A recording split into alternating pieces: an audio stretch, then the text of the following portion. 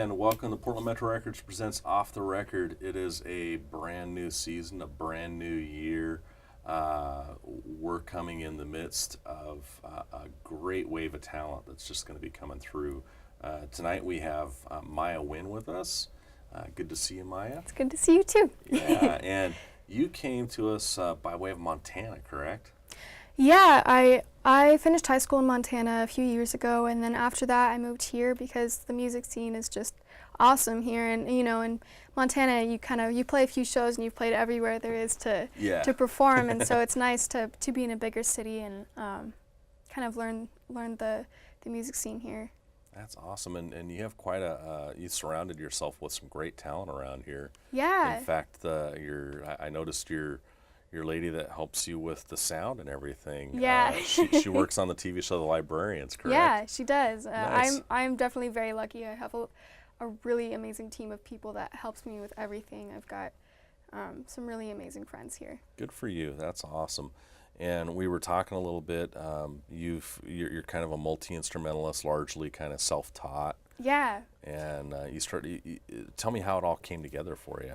Yeah, I think I always kind of had that passion for music. I started taking piano lessons when I was just 3 years old because I was so obsessed with it. My parents were like, well, here you go, here's some lessons, and I loved it.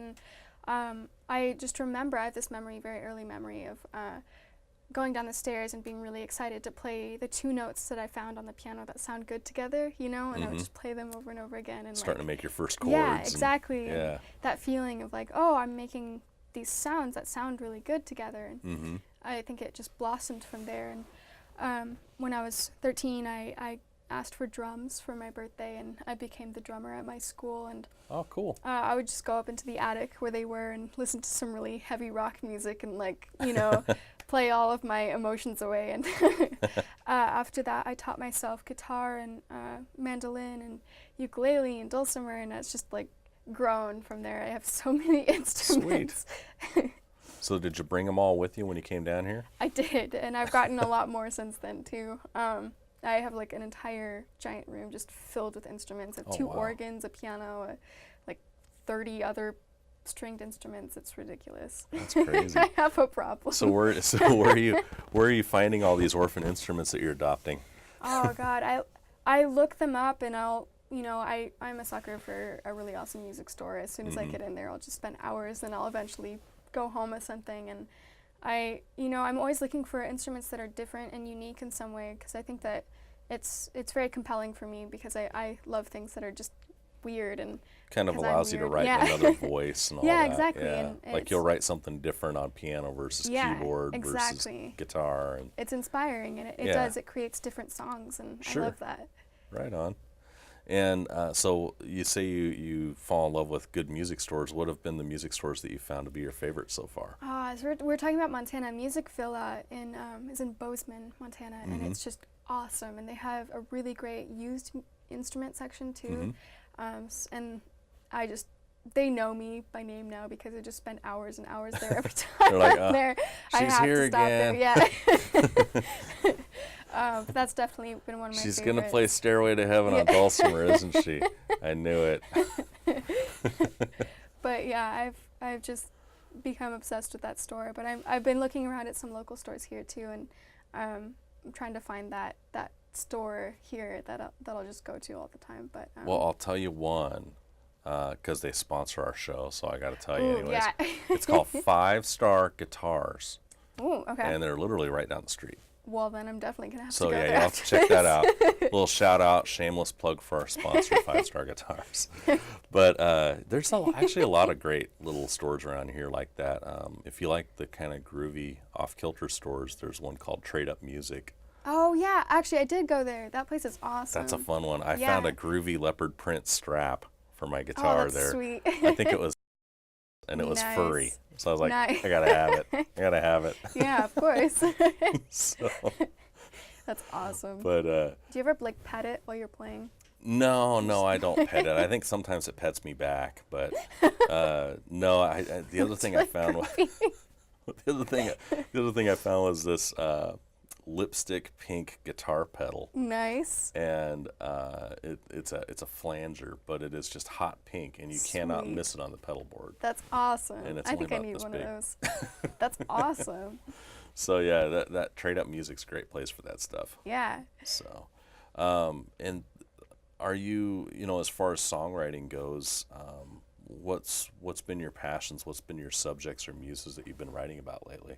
I think that I realized from, I think one of the first songs I wrote too, I like to write songs for people and for causes, and I have a really easy, I think I'm an overly empathetic person, like it's really hard for me to read the news without crying, Sure. I'm a very, I find it really easy to put myself in other people's shoes and see things from their perspective, and so I do that a lot as a songwriter, and so a lot of my songs are to try to help people. I think I have songs. I have a song that's to help people who are dealing with depression, and then I have songs that are about. I wrote a song for the ocean. It was for an ocean benefit, and cool. that was really fun. It was on the ukulele, and so it's kind of about how awesome the ocean is and how we should all, go save the ocean because that's where our humanity lies. All of those creatures, we need it, and but I just have a lot of songs from different perspectives, and I try to do good things with it. And I have a song called Tiny Boxes about breaking stereotypes, and but I think that that's where I find myself being most passionate is when I'm writing from different perspectives and feel like I'm helping people, or at least connecting with people, and I think that's where most people find their passion, is when they're connecting, with people. And so that's what I do, and that's where I find my passion, I think. Nice.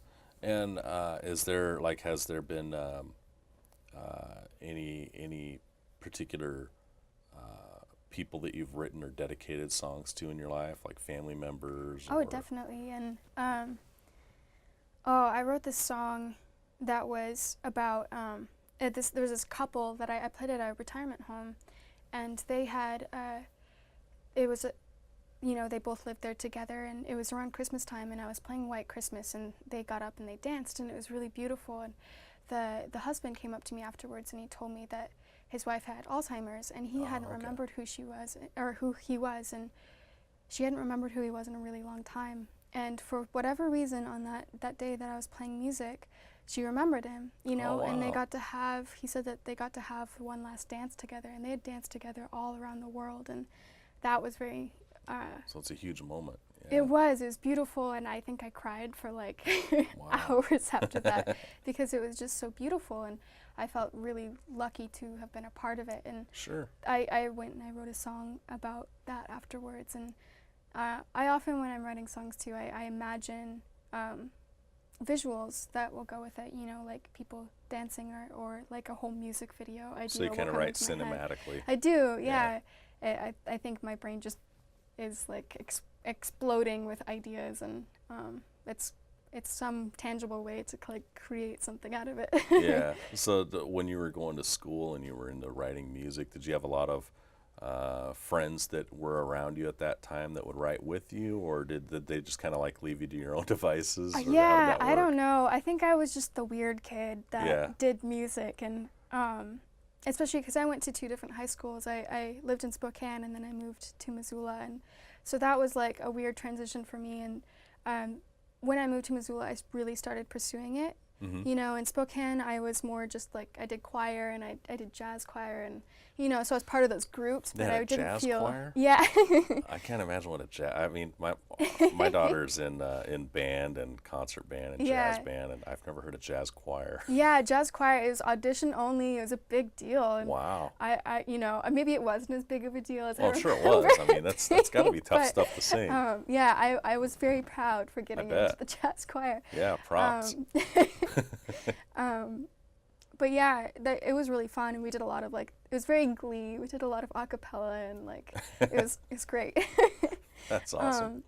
But yeah, when I moved to Missoula, I really started pursuing it more, and I played at coffee shops, and occasionally I'd see some of my friends there, and it would just be kind of awkward because it felt like it was a very intimate part of me, you know, and I didn't really know these people as well because it was a new school. It was vulnerable, and I didn't like have the time to connect with a lot of these kids because it was a really small school and they'd all known each other, like growing up, and then I was the new kid, and then I just That's tough. it was yeah. That's But tough. That must have been kind of liberating though in a way because they don't really know you, so it Exactly. really doesn't matter. When you look back on it, that's kind of cool because you're kind of reinventing your own mythology at that point. You know, I think that You could have said you came from the tough streets of Clarkston. I really They should wouldn't have have known any different. I should have said that.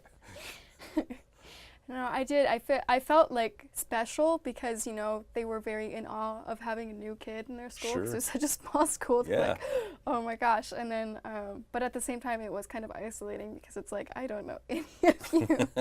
But I did get to know a lot of them, and I did end up having a really good time there. And but my last year, I did online schooling, and I did an internship with a film company, and so I got to work on different films, and I've ended up getting a lot of my songs in films because of that, because I meet the director and I meet the producers, and they hear me sing, and then they're like, oh, could you write a song like this for our film? And I actually just got one out in a Western film with Bill Pullman, and oh, cool. Who's really cool. It's called The Ballad of Lefty Brown, and yeah, I was reading about that. Yeah, that's awesome. Congratulations. It was really, thank you. It was really cool, and I also worked on set.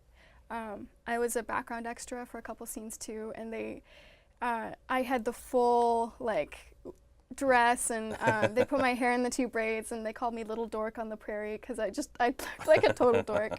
But it was really fun, and that was really cool. Getting to hear my song in the theater at South by Southwest was like the coolest experience ever, and I was like all giddy and excited about it, and it was really cool. It's a big moment. Yeah. That's awesome. So now you've got some shows that are going to be coming up. Obviously, you're going to be playing as a first look artist with us. Yes. With DJ OSO Fresh on February 7th. Yes. That's going to be a good time. And then February 9th, you're going to be in Seattle at the Museum of Pop and Culture for it's a semifinals for Sound Off. Yeah, so it's like a 21 and under kind of battle of the bands type thing. Okay. Yeah, but Right the Museum of Pop Culture is super cool, and it's one of my favorite museums. I went there, and they have this amazing music section that's just so cool. And so I'm really excited to be performing there. And then if I make it to the finals, there's another show, and then I think the winner gets some spots in some really big festivals, which would be really cool. So I'm excited to participate. Yeah, and then St. Irene's, is that a Montana place or is that a Portland place? That is an Oregon place. I think it's in. Could it's be in Portland. anywhere. It could be anywhere. It could be anywhere. It's somewhere in Oregon. St. Irene's, she's coming for you. I'm just letting you know right now. Guns blazing. And then you're at the Mission Theater getting wild and crazy there. That's right. So yeah, I've got some. It's been amazing. I've had so many opportunities for gigs here, and there's so many venues in Portland, and they're all really cool. There's little places, there's giant places, and I feel like there's so many musicians, and it really is a community. You know, you meet people, and it becomes kind of like a musician family in a way. It's been really cool. Well, that's what's going to be so nice about First Look, because I don't know if you really know the whole premise or not, but basically the way it's set up is DJ OSO Fresh starts off the night with his mix, and we have a different guest DJ each month. Awesome. So we're taking your music against club DJ mix, and then the Bar Pilots are opening for you, and we're an Americana rock band. Awesome. So it's just a real mix, and yeah. So to have you here, it's going to be something special. We've tried to keep the genders happy, having equal time for ladies and gents on the stage. That's awesome. We had a country singer on recently, and she did a great job. I want to say her name was Terry Lynn Davis. That's awesome. And then we're going to have you on, so going to put some youth on the stage there. And yeah, looking forward to it. And you're going to be playing a song tonight. What's the song you're playing tonight? Atmospheric Pressure. Nice. Awesome. Well, from all of us here at Portland Metro Records presents Off the Record, we want to wish you all a happy new year. And thank you, Maiah, for coming in. Thank you so much for having me. Very nice to meet you. It's wonderful meeting Maiah you. Wynne, everybody. Be good to each other. Welcome to Portland Metro Records presents Off the Record. I'm here with Mr. DJ OSO Fresh. It is great to see you, man. It's great to see you again. I haven't seen you since our last show. Heck yeah, man. That was back in the early part of the summer. Yeah, time flies, doesn't it? Heck yeah, heck yeah. I've heard you had a lot of success since. It's been rolling pretty nicely, and as I showed you earlier, I downloaded your podcast, The Hype. Well, thank you. Yeah, I appreciate that. You should get it too, thehypepodcast.com. Shameless plug. No shame. If you don't like to laugh, I suggest you do not download The Hype. You will do nothing but laugh. Don't like to laugh, you're easily offended, or you just don't have any common sense. I mean, two guys keeping it real and using every bad word you could think of, but really keeping it real. It's just like hanging out with your buddies, having a drink. Yep, exactly. And much like we're doing today, we've got these coffee cups filled with something. And nothing. If you think there's something in here, lies. No. See, I will dump this over my head. This is a lie. We finished these cups a long time ago. It's nothing but vodka, so we're getting crazy with the Cheese Whiz now. Fake news. So you just finished a New Year's show. I had a New Year's show. How did yours go? Where were you playing at? So New Year's, I was at the Hilton. I was playing the Champagne Ball. Shout out to DJ RPM, Paradox, and the awesome production company that brought me down there. And it was an amazing time, really was. We had Hit Machine down there, so 3 ballrooms, 2 floors. Wow. I was upstairs on the 23rd floor. So you were in the classy spot. It was real classy. Yeah. I mean, we're talking cloth napkins, classy. Now, I had my champagne served to me in a clear Dixie cup. How did yours come?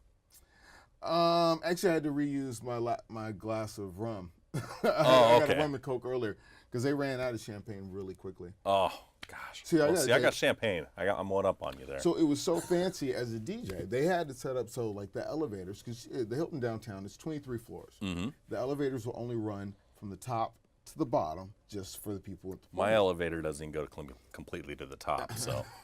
And sometimes that works, keeps you sharp. So I have a guy come relieve me so I can go out and have a smoke. Kids don't smoke, but even though it does support the economy of the South, do not smoke. But I have a smoke, and I'm coming back up, and they won't let me back upstairs. Oh, I know I go to the lobby and try and jump on the elevator. There's 5 of us standing there. That's when we find out the elevators are exclusively going up and down, just 23rd to basement, 23rd to basement. So I had to run down to the basement. My break is like 10 minutes. I'm supposed to be in and out in 2 songs. Yeah. I run down to the basement.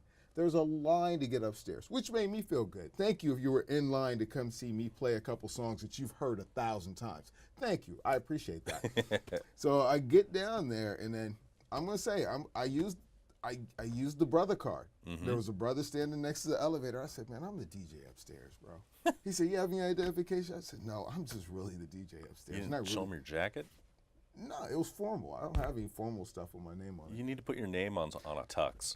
I'm sorry, sir. That's not classy. Oh, that would be first class. I'm not trying to call you out. That would be first class. If I had a tux, I would put my monogram on it. Just in case, Bobby Brown, Every Little Step video, 1989, he did it, and you can see how that looked. Well, I was fortunate enough to get back up there, slip the guy 5, and that was about the most adventurous part of the night. But it was an excellent celebration, and thankful for everyone who came out. Oh, that's awesome. That's awesome. So you're going to be on our first look come February. Yeah, time number 2. Yeah, you were our debut special guest DJ, and now you're going to be our kicking off DJ for February. That's pretty sweet. The goal is to get there and just really rock it out. You know, I had a good time last time, and I think this time will be even better. You know? Oh yeah, it's going to be fun stuff. Well, we were talking about the old school when we first started hearing rap, and we brought up the Duke rap, and you're talking about how that worked back in the day and wouldn't play today. Is there any old songs that you see that you think still play today, or is there really anything from that old genre? You know, I think the oldest rap song that I consistently play is Run DMC Tricky. Oh yeah. And it never Never fails me. I didn't play it on New Year's, to be honest. Oh no, because I was supposed to play 2000s and Yeah. So my room was 2000s up, but Run DMC Tricky, I don't care if you're young, you're old, That's true. whatever, you're in a walker, you're gonna get up. You're gonna get tricky. I mean, I feel like that's one of those songs because sometimes songs can be polarizing. You play something like a Gaga, all of us, some people are like, no. You play something that's too rap, people are like, no. You throw in Tricky, everybody and their mom. I can't even dance to that. Yeah, I don't dance. Then you might even call your cousin that's not there and say, "Come down, he's playing Tricky," because Yep, that's true. That's true. Right on. Well, cool. And then you're also pretty heavy into cars as well. Are you working on any projects yourself, or is there a car you want to get and start? I'm currently working on one. I have a toaster. I have a Scion XB toaster. Sweet. And I am currently working on keeping. First step is going to be to keep it clean. Second step will be to pimp it out. But I honestly want to pimp that out. Probably next thing on my horizon, just gotta get a convertible for the summer. Yeah. I don't have a garage. My uncle just got a house where he has a garage. Nice. And you know how folks are. Hey, I need to put some stuff in your garage. Can it be this convertible? Can this convertible fit in your garage? And I don't want you to touch it. You pull any Ferris Bueller's Day Off stuff. It's so cool that the guy that I started with is coming back again for 2018. I'm excited to be back. Yeah, it's for me, it's the biggest thing on my calendar thus far. But for me, regularly, 6 Western Vancouver. Yep. 6 Western Vancouver, 606 Southwest Broadway. I'm there every Friday night, almost every Friday night. I sometimes take time off. And then I rotate with my friend DJ LZ over at the Red Lion at Jensen Beach. Right on. When it comes to music, for me, there's always, it's a competitive thing. Mm-hmm. And if I don't feel like I'm competing, you're probably not going to get the best. But really, I feel like this year I'm going to be in a really competitive mode. And it's time to just have some fun with it. Well, hey, man, DJ OSO Fresh, thank you very much. It's going to be a good time. Well, I appreciate you having me. Make some bad decisions here coming up in February. Plenty of bad decisions. Yeah, and this is Portland Metro Records presents Off the Record with DJ OSO Fresh. Thank you all, and be good to each other. All right. Hi, I'm Maiah Wynne. And I'm DJ OSO Fresh. And we're going to be playing February 7th.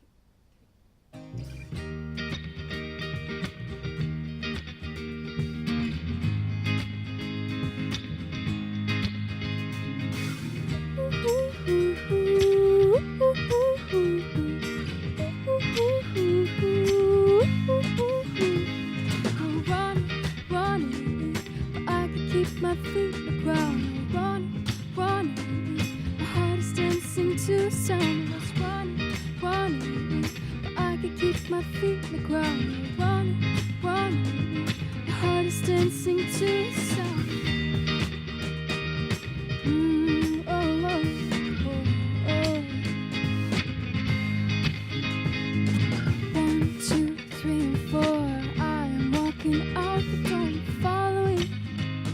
My heart, 5, 6, 7, 8. I don't have time to close the gates. This is where it starts. So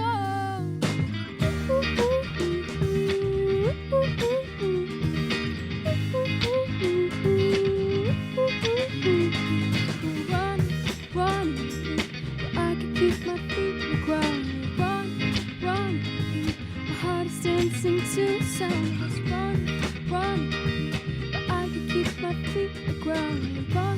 Running, my heart is dancing to sound.